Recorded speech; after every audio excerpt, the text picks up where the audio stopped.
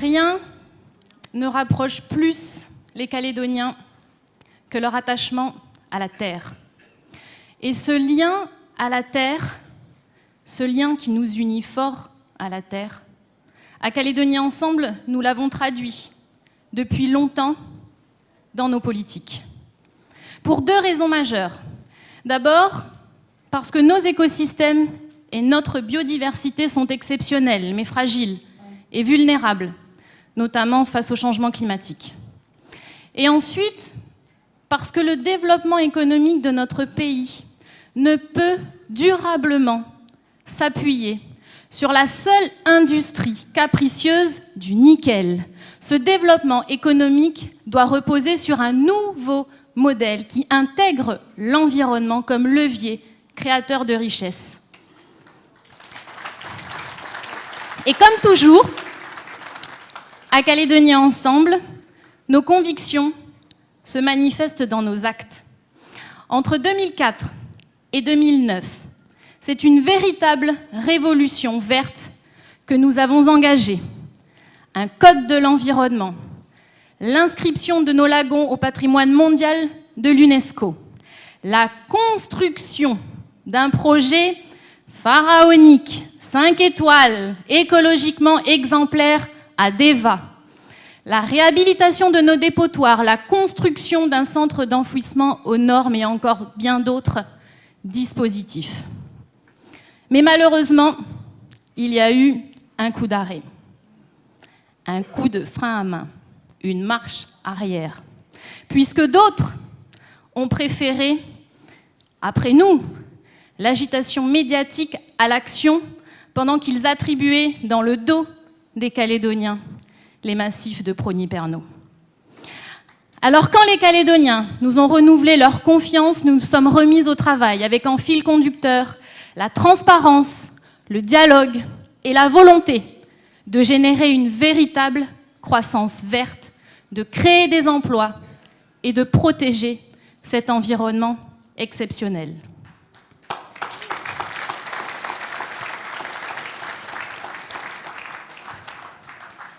Parce que nous aimons notre pays, ses montagnes et ses vallées, la richesse de ses lagons et de ses rivières. Parce que nous refusons que les Calédoniens subissent les pollutions, comme c'est encore trop souvent le cas. Parce que la construction d'une Nouvelle-Calédonie écologiquement exemplaire est un projet qui nous rassemble, est un projet qui représente et qui est porté par le peuple calédonien, nous n'avons cessé d'agir. Nous avons agi pour sensibiliser les Calédoniens, et notamment les plus jeunes, afin qu'ils deviennent des éco-citoyens conscients des défis qu'ils devront relever demain. Nous avons travaillé pour élaborer le plan de gestion du parc de la mer de Corail, la deuxième plus grande aire marine protégée au monde. Nous avons pris l'initiative de poursuivre et de sanctionner plus lourdement les actes de braconnage. Nous avons lutté face à l'adversité pour faire entrer la Nouvelle-Calédonie dans l'ère de la transition énergétique, avec comme objectif ambitieux 100% de notre consommation publique couverte par des énergies renouvelables. Une ambition forte, comme l'a rappelé Philippe, une ambition forte. Une ambition forte qui va générer 130 milliards d'investissements d'ici 2030 et créera 300 emplois. C'est ça, chers amis, une croissance verte. Nous avons proposé et obtenu l'intégration de la Nouvelle-Calédonie à l'accord sur le climat de Paris, afin de pouvoir participer à l'effort collectif, à l'effort mondial de lutte contre le réchauffement climatique dont nous, les habitants du Pacifique, sommes les premières victimes. Nous avons trouvé les financements pour le projet Néobus, véritable tête de proue d'une mobilité durable. Et enfin, nous avons agi pour protéger la santé des Calédoniens en déposant une loi sur l'air sur le bureau du Congrès. Et nous agissons encore, car pour construire un pays écologiquement exemplaire. C'est une entreprise de longue haleine contre les a priori, les immobilismes, les lobbies.